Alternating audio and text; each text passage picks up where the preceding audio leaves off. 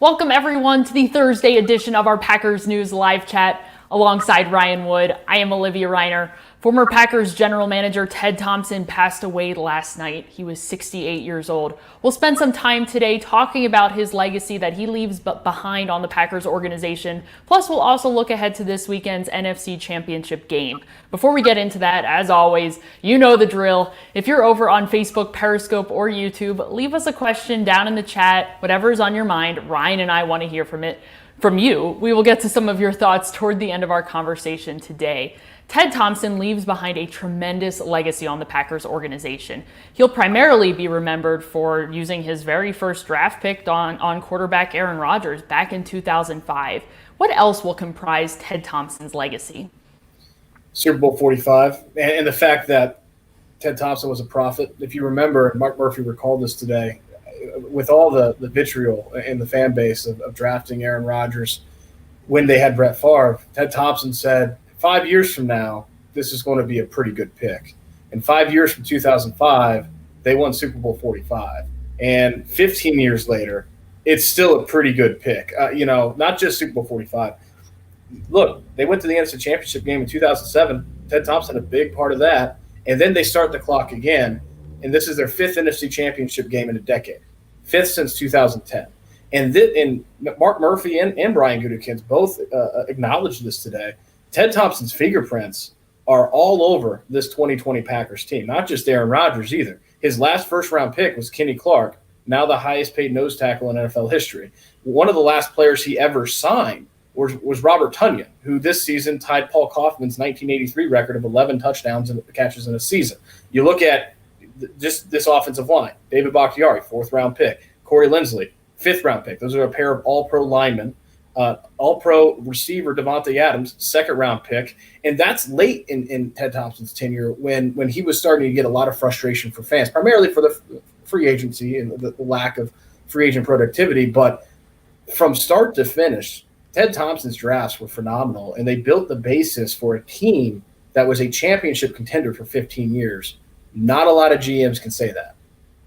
Thompson was the Packers general manager from 2005 to 2017. He suffered from an autonomic disorder for the last couple of years of his life. Ryan, you started covering this team toward the end of Thompson's tenure. What memories will stick with you as you continue on your career? Yeah, certainly. My first year on the beat was 2014, so I didn't get the full Ted Thompson experience. But I think, he was such a quiet guy, and we didn't really get to encounter him much in the media. He is not a part of his job that he particularly relished. He would rather just lock himself in the film room and be a scout and just turn the film on the entire day. That was Ted Thompson at his happiest. But one of the times when I actually heard him break that silence, I'll never forget the 2015 game in Detroit, the Hail Mary. Aaron Rodgers to Richard Rodgers. And the way that press box is set up, high above Ford Field, literally nosebleed section, is that you've got the media in the first couple rows, and then you've got team brass in the last row. And so I'm sitting that entire game in front of Ted Thompson, Mark Murphy, I think Elliott Wolf was there. And not a peep. Mark Murphy said today that, when other people will get upset about players making a mistake on the field, Ted Thompson's just quiet. He's patient. But I've never heard anyone so excited as Ted Thompson when that Hail Mary was completed. Leaped from his seat, and he wasn't the only one. He had a company with Mark Murphy, but right behind me, and they just erupted. There's no cheering in the press box, but he couldn't help himself. It was the most remarkable play that a lot of us have ever seen. And so I think just that the joy of that moment. I mean, this is a guy that absolutely loved his job. He loved living the life of an NFL GM. And when special stuff like that happened, he wasn't immune to it. He was able to appreciate the moment.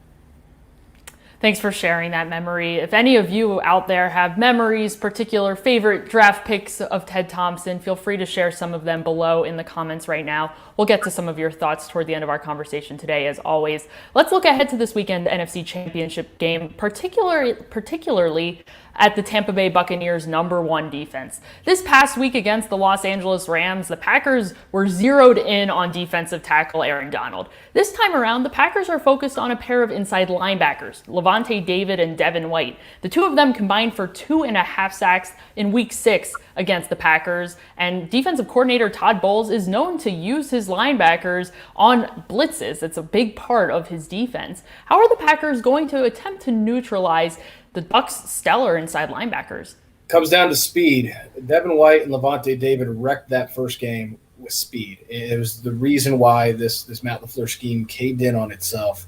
And when I asked Aaron Rodgers yesterday about it, and specifically focusing on those second-team All-Pro inside linebackers, Aaron Rodgers was careful to say that, look, there's a lot of talent on that defensive front. And Ndamukong Suh, on the edges, Shaquille Barrett and Jason Pierre-Paul, very good edge rushers. It's not the Rams. And the Rams had Michael Brockers and they had Leonard Floyd. But it was Aaron Donald's show. The game plan started and stopped with Aaron Donald, taking him out of the game. This week, they can't just do that because there's a lot more depth in this Bucs defensive front. With that said, you said it yourself. The fact, Devin White has 9 sacks this season. That's remarkable. It's like Clay Matthews basically playing inside linebacker. That's what Clay Matthews did. You don't see that ever really happen. And it goes to how Todd Bowles uses those guys, but it also goes to you got so much speed. They've got to be able to match that speed. Devin White's a 4.4 guy. Levante David in 2012 NFL Scouting Combine, a 4.5 guy. It comes down to that.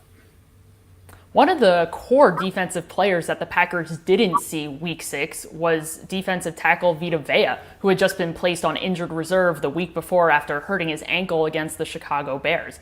Vea is back. He's been returned to practice. He's been practicing now for a couple days this week. However, the Bucs still have to make a decision whether or not they're going to activate him before the game on Sunday. He would join Ndamukong Suh, William Golston. It's a formidable defensive front. They've combined for 11 sacks as a whole this regular season. How are the Packers going to attempt to handle those incredibly talented defensive players? Just add it to the list, right? Like I said, Barrett and Paul on the edges, and you Golston and Suh and now Vea. Everywhere you look, and we can talk about the pass rush, right? Because they got after Aaron Rodgers, sacked him 4 times and had a lot of pressures. And this offensive line, pass protection has been solid all season, save for that one game. So you can talk about the pass rush. In reality, what do we know about this Packers offense? They're best when they're running the football. They look at what happened against the Rams. And that's the 3rd-ranked rush defense in the NFL that the Rams have. And they grinded them down. This Bucs defense on the ground is the best by far in the league. They averaged 80 yards per game allowed. Nobody else was within 10 yards of that. It's by far the best. So as much as you want to talk about the pass rush, it's really the run game. And are they able to get that run game going and then build the action pass game off of that against a defense that gives up almost nothing on the ground? That's even more than the pass rush. That run game is where it's going to be really key. The Bucs defense held the Packers to under 100 rushing yards in Week 6. The Packers are going to have to put together a much better game on the ground this upcoming weekend in the NFC Championship game. Let's head over to your Facebook, Periscope, or YouTube, wherever you are. We're going to go dig through all of your comments right now. Thanks, everybody, for joining us. We'll start with Pack Attack over on YouTube. They want to know any chance that Packers fans get to see defensive lineman Kingsley Keke on the field this upcoming weekend. He's been injured. How soon can the Packers implement him into the defense? Kingsley Keke had been in concussion protocol since Week 16 against the Tennessee Titans. He recently came back this week. He's now practiced twice in a limited capacity, Wednesday and Thursday. How likely is it that Keke is active, healthy, and available to play in the NFC Championship game? Yeah, he's got to get through that protocol, and until he's kind of in the final stages right now. One of the final stages of getting through that protocol is doing on-field work, and that's what he's been doing. So he's trending in the right direction. That doesn't mean that he'll be ready by Sunday. And if he is, how much is he going to be able to do after missing the past few weeks is a real question. I don't know that he takes all that many snaps from Snacks Harrison, for example. But the more you have, you'll take it. So they'll take all the depth they can against this 2-headed backfield monster of the Bucs. We'll learn a little bit more tomorrow whether or not Kingsley Keke is healthy enough to play this weekend. Thanks so much, Pack Attack, for your question. Holly wants to know over on Facebook, is cornerback. I'm assuming you're talking about Tramon Williams and not Jamal Williams. Now we have to make that distinction because there are two Williamses on the Packers roster again. Holly wants to know what I'm assuming. Is cornerback Tramon Williams going to play this weekend? The Packers officially signed Williams to the practice squad today after having him in for a visit yesterday. Williams has only been under defensive coordinator Mike Pettine's roof for a day, despite having some experience in the Packers defense just a couple years ago, last year. It feels like it's been a lot longer. How likely is it that Williams is able to play this upcoming weekend?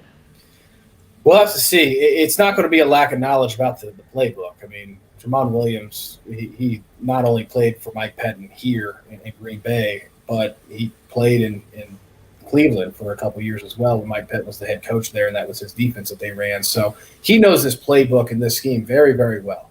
I don't think that's an issue. I don't know that he's going to be much of a difference maker, as much as it would be storybook. Think about the last time they made a Super Bowl run. Who had the defining play in that divisional round game in the upset against Atlanta? It was Tramon Williams, pick six. So it'd be a storybook type thing. As much as that would be, I don't know that he makes much of a difference on the field, certainly in the secondary, maybe in the special teams. But just the presence in the locker room, he is as savvy and he is as knowledgeable of a cornerback as exists in this league. He's played it for a long time and longer than most. And Adrian Amos said it today, just that leadership in the locker room in a week like this, especially going into a game like this. He's a good guy to have around, and it'd be awfully fitting to have Tramon Williams be on a Super Bowl team. He's meant a lot to the Packers over the course of his career.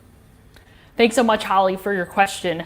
Let's take a question here from John over on Facebook. John says, hopefully quarterback Jordan Love and that pick in the 2020 draft works out the same way as Aaron Rodgers' selection did back in 2005. A lot has been made drawing similarities between Aaron Rodgers and Brett Favre when Rodgers was drafted back in 2005, where Brett Favre was in his career at the time. What similarities can you draw between general manager Brian Gutekunst and former Packers general manager Ted Thompson in the level of vitriol that they've individually received for drafting those quarterbacks? It's funny because if there's any fan base that should get it, right, it should be you guys. You guys should get it. You've lived through it. You've seen it happen. You've seen it turn out as well as it possibly could.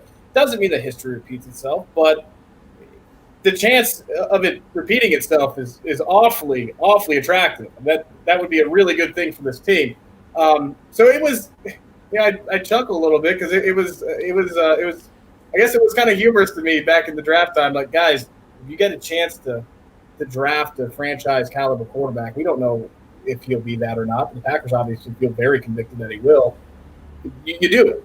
You do it. You get it done, and that's what they did. Now, here's the deal: if they go to the Super Bowl this week, and they also happen to have drafted the potential heir apparent for Aaron Rodgers, a guy that could, if he does what Aaron Rodgers has done and sets his team up for contention for the next 15 years, and they go to the Super Bowl, Brian Gutekunst can light a cigar because that's one hell of a year.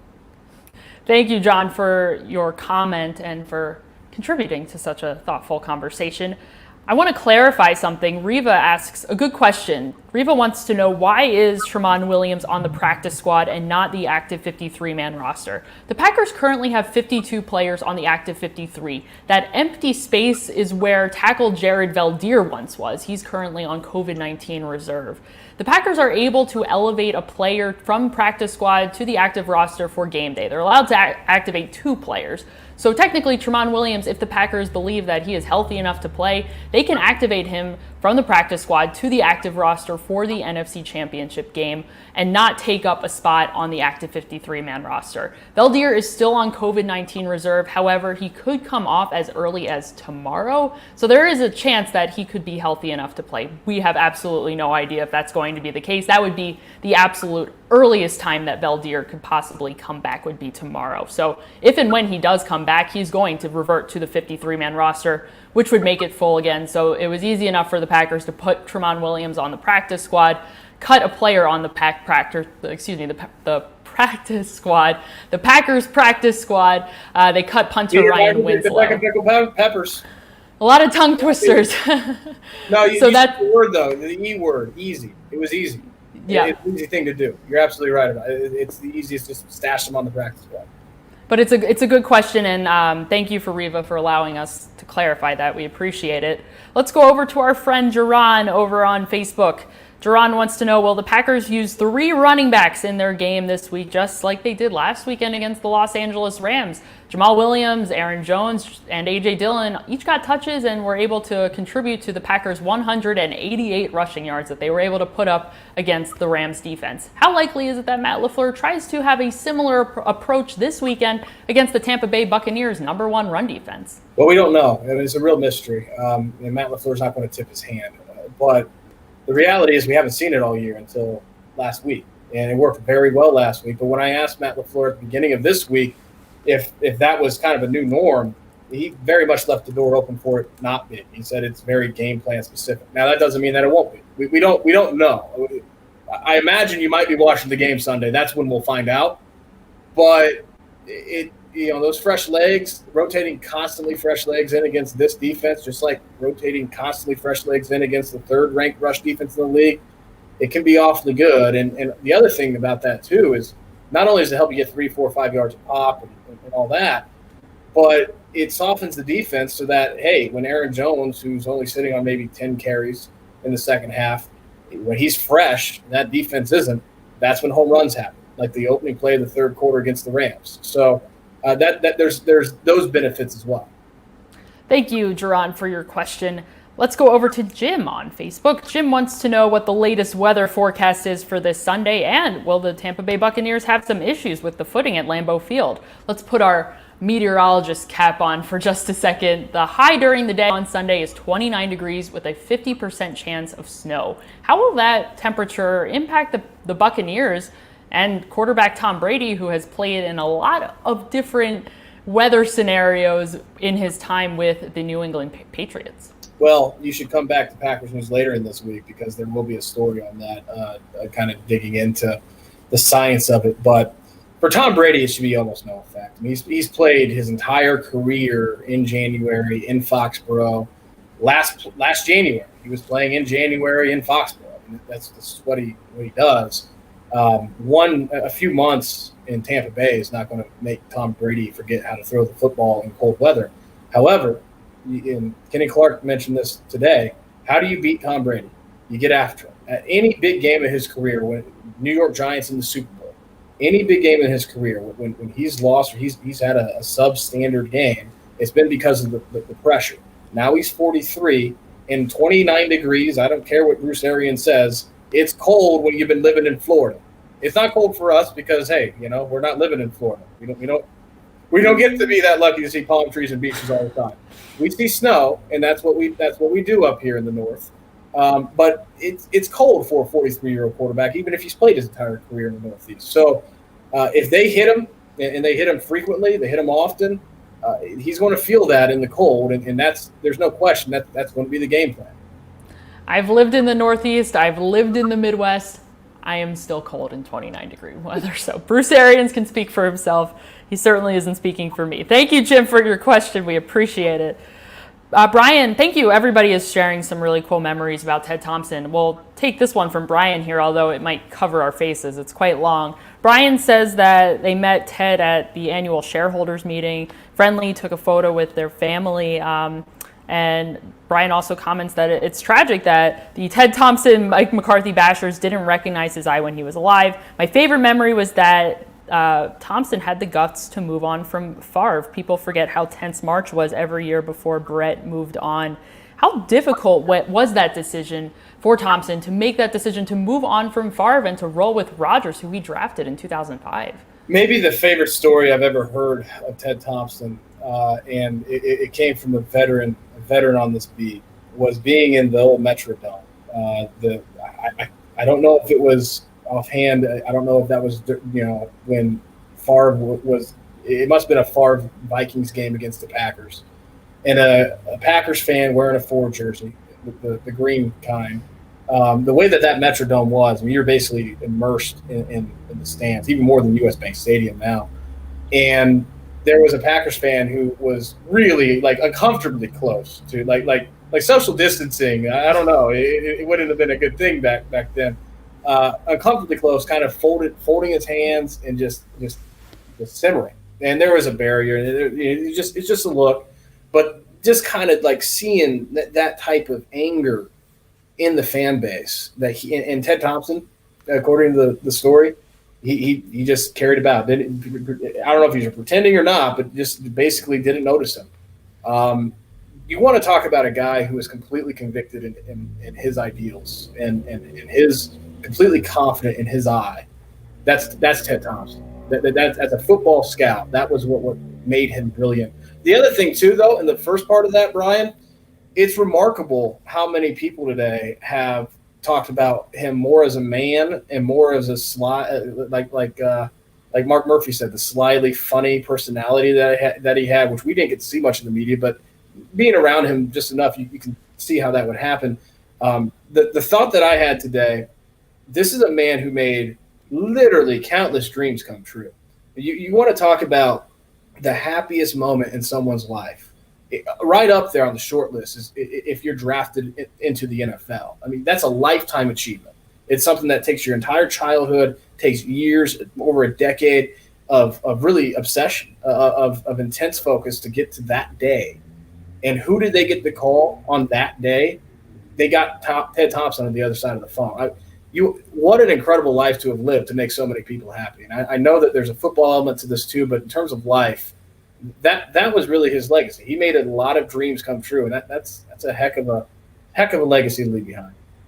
So many Packers have shared their thoughts over on social media. We've amassed some of them on PackersNews.com. If you want to go check them out over in one place, there's an article up on our website, but players from quarterback Aaron Rodgers, obviously, to offensive lineman Lucas Patrick, defensive back Charles Woodson, cornerback Tramon Williams. So many people sounding off following his passing. It's been really special to hear a lot more about him today. Thank you so much, Brian, for your sharing your memory, and thank all of you for sharing your memories, for asking your questions. We appreciate you participating with us. We'll be back tomorrow to continue to preview the NFC Championship game. So if we did not get to your question tonight, do not worry. We will be back to chat with all of you very soon. For Ryan Wood, I am Olivia Reiner. We'll see you next time.